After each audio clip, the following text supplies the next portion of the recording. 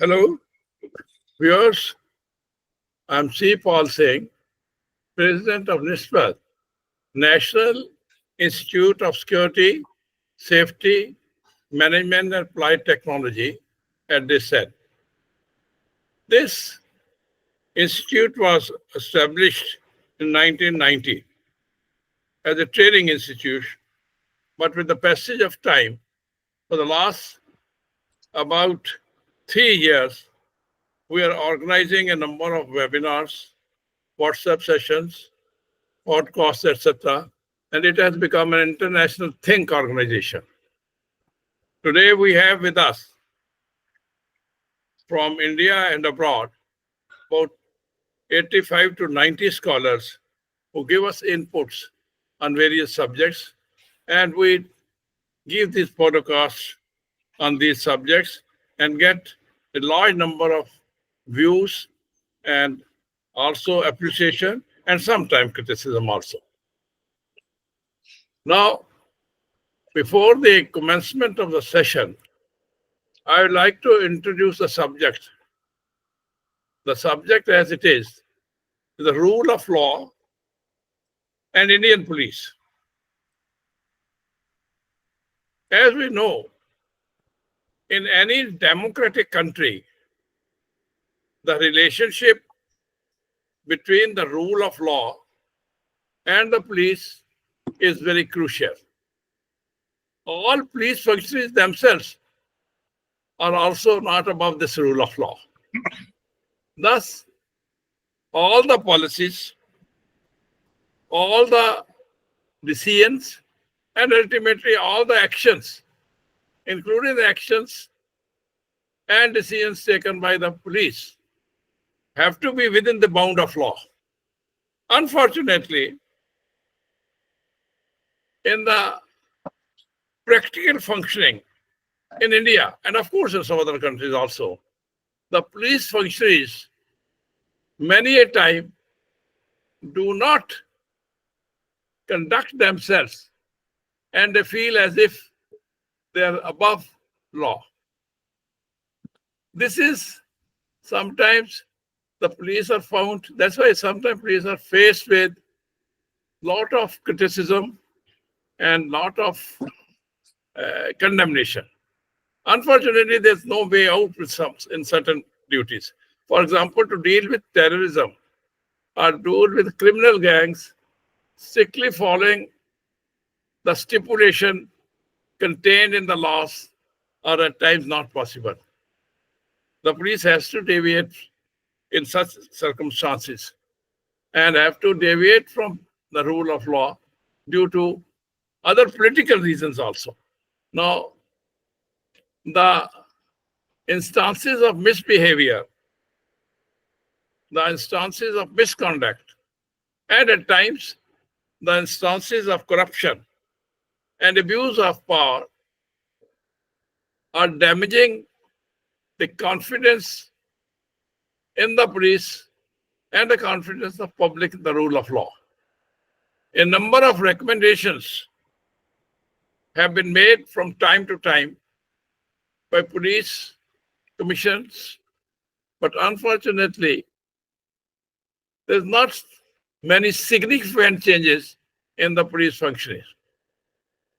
Initiatives such as community policing, improvement in training programs, strict adherence to the human rights, etc., are required.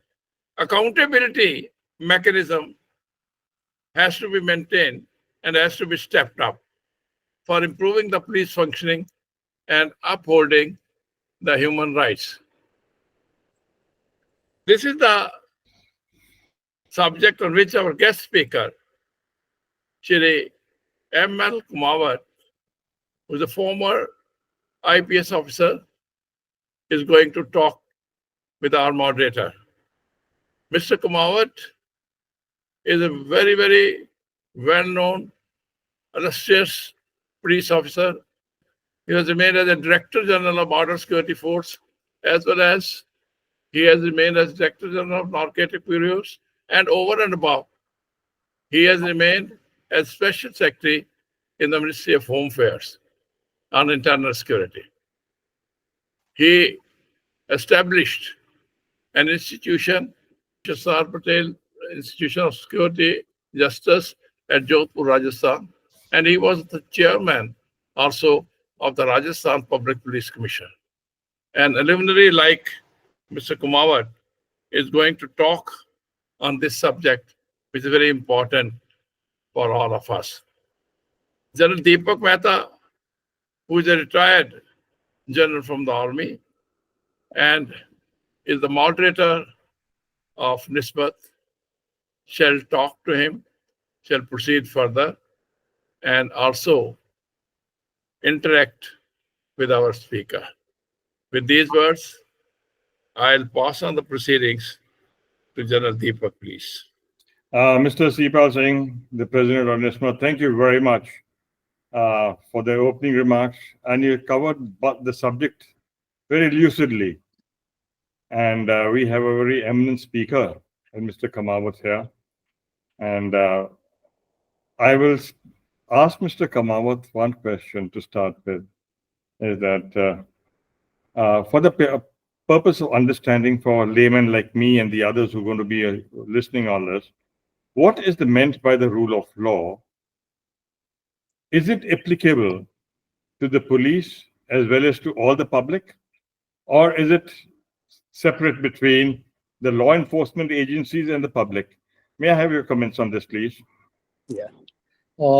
Thank you very much, Dr. Sipal Singh and General Mehta, for giving me this opportunity to speak to very knowledgeable audience across the world. And I hope what I speak will be, I think, appreciated in case you find it is according to the law or according to justice. In my view, state, in case an ideal state. What is an ideal state? An ideal state, Plato's book, The Republic, which mentions a state which is wedded to law, which is wedded to justice. If a state is not just, if it's not lawful, then opposite of that we can all understand is unlawful and unjust. I don't think anybody would like to live in a state which is unjust or which is not doing justice to its citizens. And coming to our own country, our constitution, I need not go into all the articles of the constitution, but very preamble of the constitution, which says, we the people of India, having solemnly resolved to constitute India into a sovereign, socialist, secular, democratic republic. And this is important. And to secure all its citizens, what? Justice. In case justice cannot be secured to its citizen, then that state is no state. I think that state has withered away. So, going back to even Ashoka's time, Ashoka's edicts mentions about, there are edicts 14 in all at different parts of the country, which mentions, I think, in case the essence is about justice to one and all, fraternity. All these aspects are there in our beautiful constitution or the preamble that we have. And just now I was doing some research. What this Dharma Chakra, it is not Dharma Chakra, it is Dhamma Chakra. So I asked, ChatGPT what Dhamma means, Dhamma. So Dhamma, to my knowledge, I found it says, it talks of rule, righteousness. So all, our flag mentions, has that chakra. So a state has to be righteous state, which follows the path of, truth, which is righteous. And who are the most visible, symbols or organizations which manifest state? I think the army and the police. Army, since you are on the border and mostly in your cantonment, you are not visible to the people. But 35 lakh Indian police, now it is 37 lakh. 37 lakh, almost double the size of Indian army, if I'm not. Yes, absolutely. Or more than that, rather, 2.5 times. They are visible to a child also. First, visible symbol of the state a child sees is the police. And unfortunately, in our country, mothers also say, तुम रोना बंद करो नहीं तो police वाला पकड़ के ले जाएगा. So that is not, I think it should have been other way, you will be saved or safeguarded by the police. But that image is there, of course. So what I want to say, justice is an integral thing in policing or for the state. If justice is not there, then injustice is there. And there is a saying, if you want peace, work for justice. If you want peace, work for justice. And interesting thing, we are part of the criminal justice system. Police, along with 3 other components of that, prosecution, judiciary, and prisons. These 4 constitute parts of criminal justice system, and we are the first responders. If first responder in the criminal justice system, if we do not follow the main word in the criminal justice system, that then what remains? If you take out justice from criminal justice system, it remains the criminal system. So police cannot be part of a criminal system. As Dr. Sipal Singh said, we must be just, we must follow the rule of law. That is what the rule of law means. We should do justice to people when they come to us. Justice means right thing. Right thing will be a lawful thing. And law is what is enshrined in our constitution and laws which emerge from the constitution's articles. That's what I will say about the police. This is what it means. Police or the rule of law means it's accountable, it is just, it is transparent, it is according to the Constitution of India, according to the law of India. Then only it is the rule of law. That means it's applicable to everyone, be it in uniform or out of uniform. Yes. My only one question I had was, you see, when the FIR is lodged at the police station by the SHO, you see, it takes about 4 years or 5 years for a person to get the LLB degree. And he thereafter goes into some sort of a training for further. He gets into various fields, be it taxation law, criminal law, and things like that. What is the capability of SHO in framing charges against a criminal act? You see, a large number of cases have dropped in the courts of law because poor investigation and wrong charges have been put. May I have your comments on this, please? You have raised very basic question. What is the competence of an SHO or an investigator to frame charges?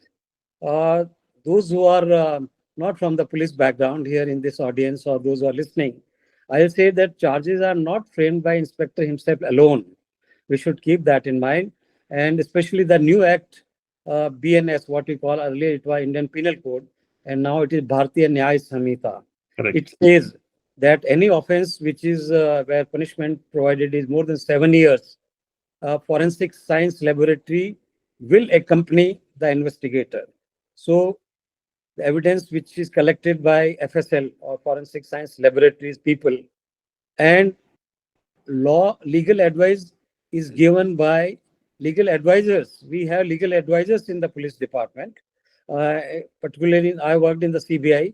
No case is, charges are framed unless legal advisors. Everyone has legal advisor, starting with, a deputy superintendent, his legal advisor, then SP's legal advisor, then DIG's legal advisor, additional directors, legal advisors, and directors legal advisor. Imagine 5 legal advisors in CBI.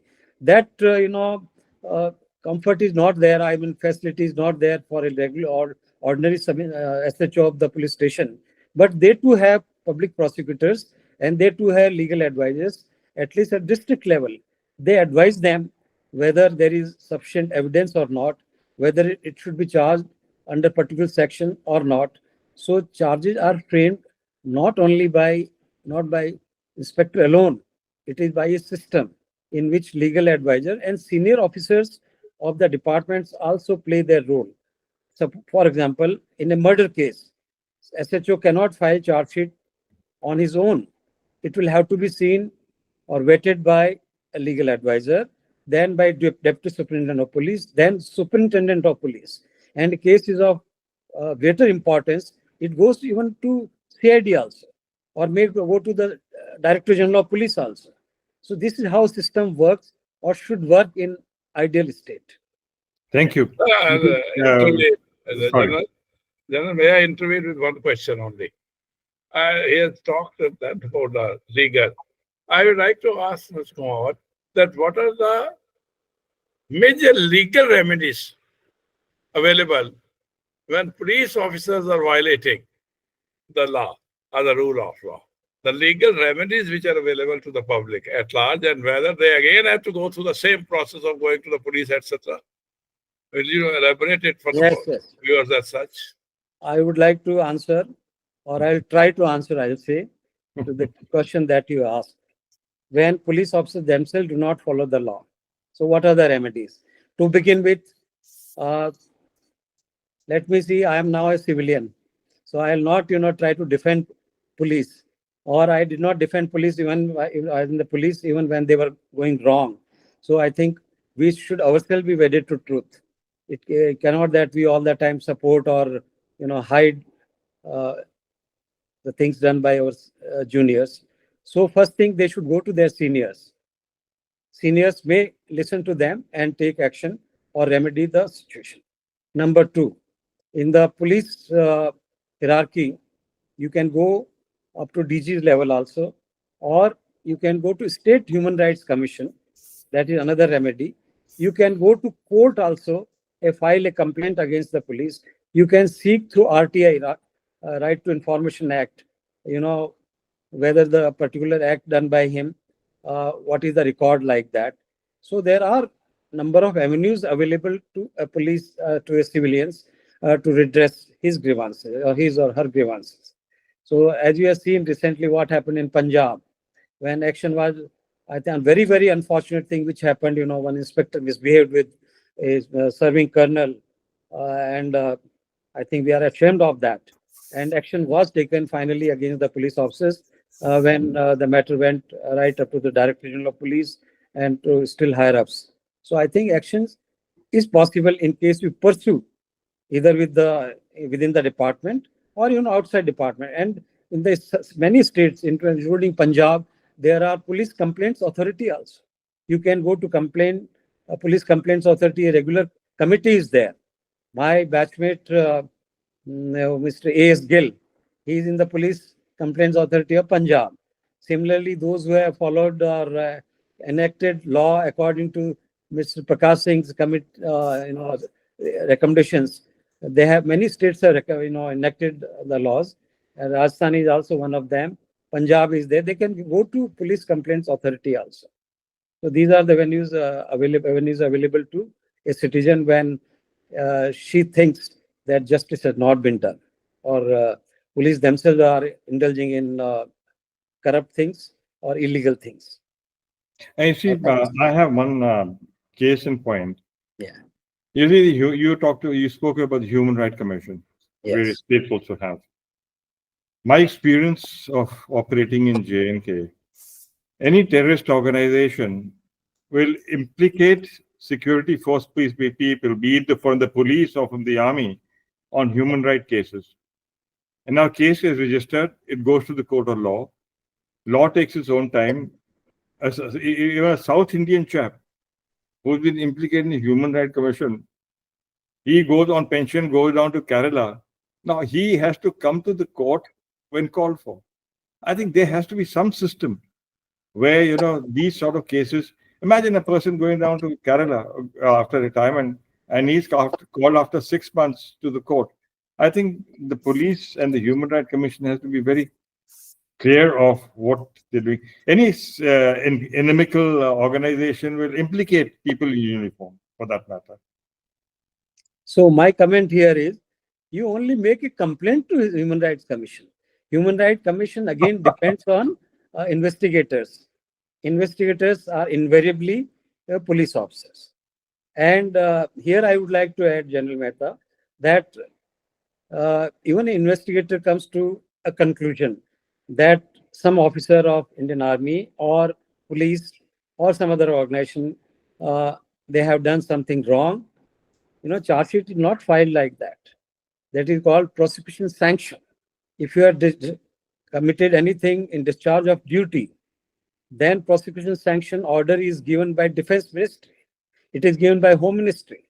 It is given by the one who appoints that particular officer. So we cannot blame State Human Rights Commission directly that they have called you. In fact, in your court martial, also they come to a conclusion and then only case is filed. Many cases, I think, are looked into by the army themselves, and many cases are given to the police. And police also, as I mentioned just now, they will have to take prosecution sanction order. And anyone who gives prosecution sanction order looks from various angles. And my experience working in the Home Ministry and also in the state police, even at the highest level, I find that in very few cases, permission sanction is given to deal with them. In fact, I'll mention two cases. Pilibhit incident of 2001, where 11 Sikhs were picked up by the police. Initially, they tried to justify that they were all terrorists. Yes. But later on, investigation revealed they were innocent citizens. And after 25 years, trial, or I'll say tribulation, they were finally convicted. They were not terrorists. It was done by the policemen. So don't you think such policemen must be dealt with? Be that Pilibhit or be that Hashimpur. I hope everyone knows Hashimpur incident. There had been no bigger custodial deaths in India's independent history than Hashimpur, where 44 persons of a particular community were picked up by the state police, or rather PSC, Provincial Armed Constabulary of UP. And they were shot one after other. Correct. And all of them died except 4 who became witnesses. And it took almost 35 years. Finally, the case ended in conviction. The Sessions Court acquitted them. But High Court said there is evidence by way of pictures which were taken by a photographer, where, all those 44 people were, taken to some place and police were taking them. So these pictures, and immediately after some period, they were found dead. And there were, bullet marks. Bullets were of the police because, as you know, prohibited bore and non-prohibited bore. So with this, I think such cases we must deal with whenever the police or army, they take law into their hand, because it can be anybody. It can be our family members. It can be somebody's family members. When I said Dhamma Chakra, righteousness should be there in our conduct, in our rule of law. If there is no rule of law, it is rule of unlawful people, or gundas rather, or criminals or mafia. A state can also, I'm not talking of Indian state. See, German state under Hitler was also a state, but it was unlawful state. They were killing people. So state, when it takes law into its hand, it can be very dreadful. So I think there should be checks and balances. People must act in the purview of law. Then only it is a just state. Otherwise, they will always have some alibi to take law into their hand. And there are many reasons why people take law into their hands. Why policemen resort to unlawful methods. They also human. They also have I know, you see, you were very correctly brought out in the beginning. Justice. Justice is a very important facet. Now, let me give you a case. In 2000, one Pakistani raided the Red Fort and killed 3 Jawans. Investigations going on, he was given death sentence. It is 2024. It has been confirmed by the president, but this chap is still moving on his 2 legs. You see, 24 years and this chap is still moving around.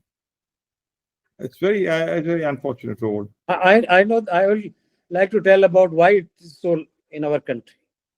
You may be aware that for certain types of offenses, death penalty is provided. And every year in our country, at least in maybe in 100 cases, death penalties given those who are involved in rarest of rare types of crimes. Correct. And which should be awarded. But what happens, I think all those who are listening or will be listening later on, they may do some, these days we have, Grok and ChatGPT and find out how many people are actually hanged. You'll be shocked to know, General, that for many years, for last 10 to 15 years in Rajasthan, nobody has been hanged. Yes. Nobody has been hanged in UP also. So people are awarded death penalty, but for many reasons, many reasons, because people go to the Supreme Court, people go to the President for pardon, and cases decided at the highest level. Only it has to be decided at the highest level. That is the President of India. That's right. Then only, one can be hanged. So it had not been decided. Then, even penalty has been inflicted on a person, he cannot be hanged. So there is some reason for not being given death penalty. I mean, not people not being hanged and moving on his or her two legs. So I think people of this country, citizens, should, request the government or ask the government that process should be expedited. Why, hundreds of files are pending in different places, I will say, which are, seeking some orders from powers that be, they should be hanged. You're right. And 1 minute. sorry, sir. You had referred to Prakash Singh's case, Ms. Kumawat. As you know, in that case also, the Supreme Court gave some rulings, and many of the states have not implemented that. Again, it was the police, the Prakash Singh case again was submitted to the Supreme Court, and the Supreme Court could not do anything. They say it's a question of constitution. The state, police is a state subject. We have given such a recommendation, what should be the tenure of the DG, what should be the position of the, how can the selection should be done, all that. But it is up to the state, and the state is responsible under the constitution to manage. So therefore, these recommendations of even Supreme Court were not implemented. Don't you think, sir, that somehow or the other, the functioning, I would not like to directly criticize, since the functioning of the police comes directly under the state government, Yes. or somehow or the other, we are governed by certain, police officers are governed by certain circumstances, and in view of that, the political interference in the functioning of the police results in certain illegalities against the rule of law. What have you got to say about it, sir? A very important question. Even after Supreme Court's direction that every state should frame a new act in place of the Indian Police Act of 1861. Imagine 1861. Britishers have come and gone, but their act is still there in our country. Many states have yet not framed new police act in pursuance of Supreme Court direction. And even if those states which have framed, I think they have made it more regressive, more retrograde, because no state chief minister would like to give autonomy to the police. No state.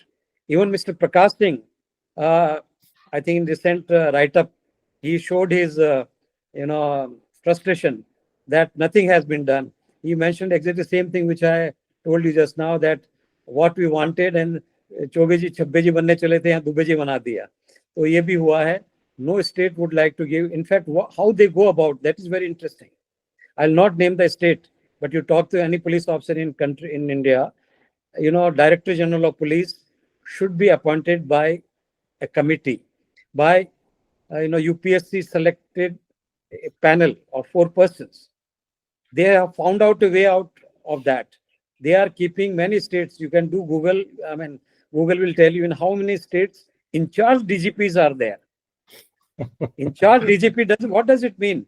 In charge DGP knows if I do not carry out the instructions, whether legal or illegal, of my master, then he will be shown the door that moment itself. Because in case UPSC panel person, if he is appointed, he has an assured tenure of 2 years. If a person is in charge, then he can be removed any day. So I think in Indian, we have 28 states, and I think it will be very enlightening in case those who are watching and ask Grok or Gemini or ChatGPT, how many states have in charge DGP for how long and for how many years. That will show whether states are interested in giving autonomy or some powers to the police for the interest of the people, because states use the police for their agenda. Let me be very truthful about that. So they don't want to give autonomy to the police. So one question with regards to the media. Some important cases which come into being, they are overhyped by the media. Yes. Justice by media. Very true. Which I think colors the mind of the public. I do not know if it colors the mind of the judiciary, but it does color the mind of the public per se. Media has to be little under control, I feel very strongly for that. Very important, pertinent question raised by you, General. I have been in touch with many retired, judges, magistrates, and serving ones also. Because when you go for morning walk, some of those who are working even now, I ask them this very question: when there is media hype about a particular crime, whether you get affected by that? Yes, sir, definitely we get affected. We don't give him bail. If media people are hounding that person, he is guilty, because before court announces him guilty, media announces a person guilty. Correct, absolutely. Media announces a person guilty. Nobody listens to that. If I'm not wrong, in case you recall, because our generally memory is short, our country is so big, so many incidents happen. So I think let me mention some incidents also. One Sushant, actor who committed suicide. Correct. And there was a lady girl, he had a girlfriend. Chakravarti. And yes, Chakravarti. Yeah. She was hounded by media. Okay, she was responsible for his death. And now the CBI has filed a closure report. Nobody was responsible for his death. Suicide, only he was responsible. He committed, and not Neha was not guilty of that. Similarly, yesterday's paper, Kalmadi's incident. Kalmadi was, made culprit in the media that there was corruption. Only yesterday, government's enforcement department and CBI, they filed a closure report. There was no corruption in that. And earlier, 2G scam. You just see the charge sheet which was filed by the CBI. And my earlier, entire media was talking, whole country was talking of that scam. Manmohan Singh's time, that 2G scam. And finally, court came to the conclusion that it was no scam. I'm talking on the basis of the judgment delivered by Delhi court. It was no scam. And in fact, he mentioned a charge sheet cannot be filed on the basis of newspaper reports. Newspaper. Please go through that. It is worth reading. And till today, I don't think any reversal of that judgment is there. So media makes somebody guilty, somebody fires and proves him guilty before he is or she is really proved guilty by the court, which is very unfortunate. I think our media should be responsible and behave in a very mature manner, rather than, some people, they may end their lives also. Their lives will be ruined in case, media claims or, proclaims that that person is guilty or particular individual has committed crime. So one last question from my side. Yes. A person gets imprisonment, or what is the punishment he gets after a lot of investigation going through the court. He spends 10 years in jail and then he's acquitted. Now, who's to blame for that? Is it the system per se? And what is the compensation? The chap who's acquitted after 10 years being in the jail, what is his compensation? Is a chap who say a 20-year-old chap, he's 30-year-old, he's unfit to do any job in the public. Jo jahan jayega, wo balga to chor hai. Yes. This is most unfortunate thing. Till now, there is no system in which compensation is given to a person who has been in jail for years. Some people, even under the UAPA, which is most, I think, I say the strongest act which we have in our system in India, Unlawful Activities Prevention Act, which is applied against terrorists.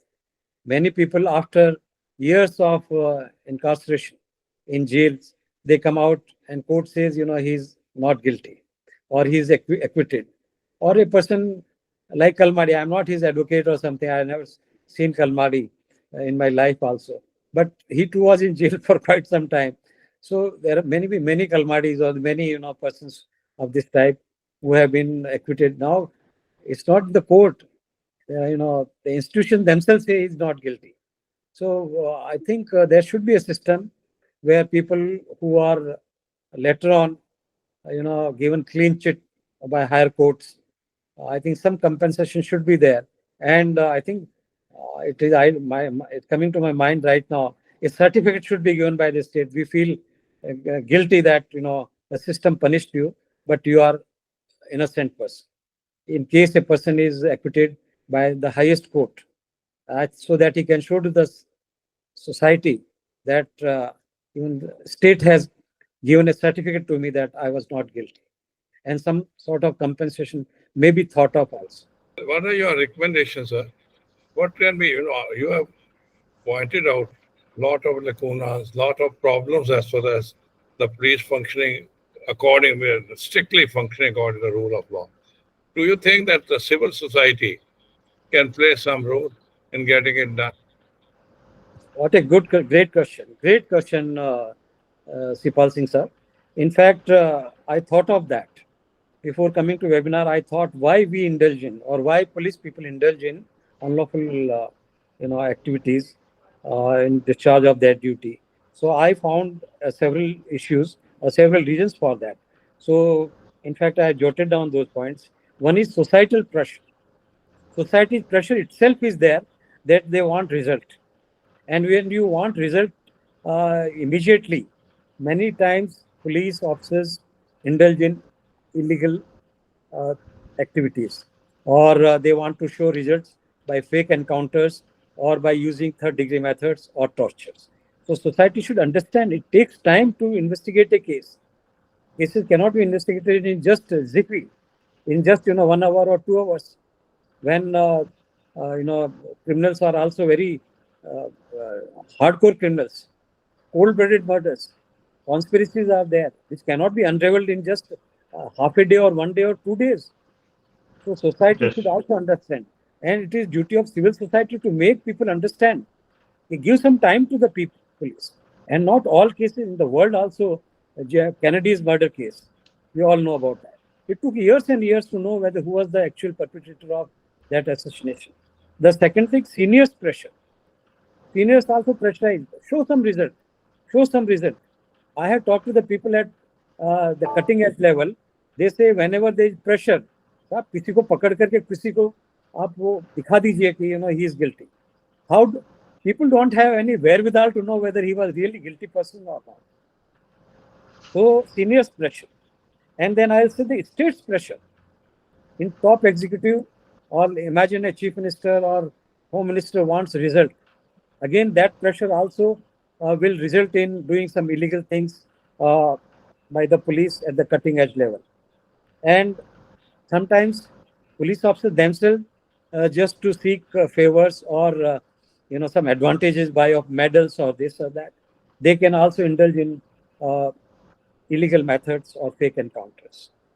For quick results also, many police officers, there are reports available justice report. There is an organization which publishes justice report every alternate year, which interviewed many police officers and found out whether torture is necessary, whether illegal methods are necessary, third degree methods are necessary to find out truth or in investigation. And very large number of them, in some states 30 to 40% police officers, they feel that unlawful methods will have to be used. Yeah. We cannot get results without using unlawful methods. Here Absolutely. I very respectfully disagree with my younger colleagues or those who are, because all are now those working are younger only. By scientific methods to investigation, because I worked as chief of CID and also in CBI twice, we can find out, unearth, truth in most difficult cases. By beating a person, by using third degree methods, now criminals have also learned, hey, please, confess, agree that, sir, I did that. They will stop beating him. They will stop torturing him. And he knows that That's right. later on the court, nothing will happen to him, because it is only he's admitting. Admission or confession by a criminal has no value at all, zero value. And police officer, I don't know why they want confession, for his satisfaction. What he should be satisfied only when there is scientific evidence, when there is circumstantial evidence, when there is direct evidence. And in case it is not available, it is not possible to investigate and find out truth in all the cases. Nowhere in the world all the cases are detected. People can again, Google or ask ChatGPT whether all cases are detected anywhere in the world. Nowhere all cases are detected. Nowhere in the world. So we should have courage to tell our seniors, this case, we are not able to find evidence. But it requires courage of conviction also. But, people for various reasons, just to stick to that post of police commissioner or director general of police or SHO, because these are only most important posts. So they want they do anything, to please their seniors. So these are, I think, reasons. Even society is also responsible for that. And so civil society is responsible for educating people, for creating awareness in our society. So these are the reasons why people. And lastly, most important thing, the United Nations has circulated one convention, what they call, that all nations should enact anti-torture laws. Oh. My God. And unfortunately, in our country, we are for human rights, for whatever reason. I also feel guilty myself. We all have miserably failed to get an anti-torture law enacted in our country till date, till this moment. Many countries, especially those which respect, human dignity or, have respect for rule of law, they have enacted. Again, those, very distinguished audience listening to me right now, and later on, those will listen later on, they may Google and find out how many countries have enacted anti-torture acts and why India has not enacted. Again, there is a role for civil society. Again, there is a role for Indian police service officers. They then should come forward and say, please enact anti-this. Because politicians, they have to be briefed by us only. And I think if they have not enacted, again, I think we are responsible. My seniors or whoever would have been in the loop at the highest level, they would have convinced, sir, we should not have anti-torture act. It means that the torture is inevitable. Torture is necessary. Without torture, cases cannot be investigated. That is the unfortunate, bitter truth. So I think in this seminar or this webinar, I think an idea which I think we should pursue at all levels, that India must enact anti-torture act. As many countries have enacted. We must follow the rule of law. Because tomorrow anybody can be victim of an unlawful activity of, as I give an example of Pilibhit, there are many Pilibhits. There are many, other places which I mentioned. Like that. General, you can give profuse thanks to our learned speaker and close the session, General. So very kind. Firstly, I have to thank the President, NISSMAT, Mr. Sipal Singh, to have given a very lucid introduction. Then, of course, we had a very learned scholar, and Mr. Kumawat. What tremendous credentials he has. And I have learnt a lot in this webinar that we have had. Law, rule of law and the police. And I'm quite clear of it. I'm sure other audience also would be clear of it by now. Thank you very much, sir. Thank you very much, Sipal Singh sir and General sir, for giving me this opportunity. I hope we'll pursue those things which we talked of in this webinar today. Thank you very much. Very much. Jai Hind, Jai Bharat. Namaskar. Thank you.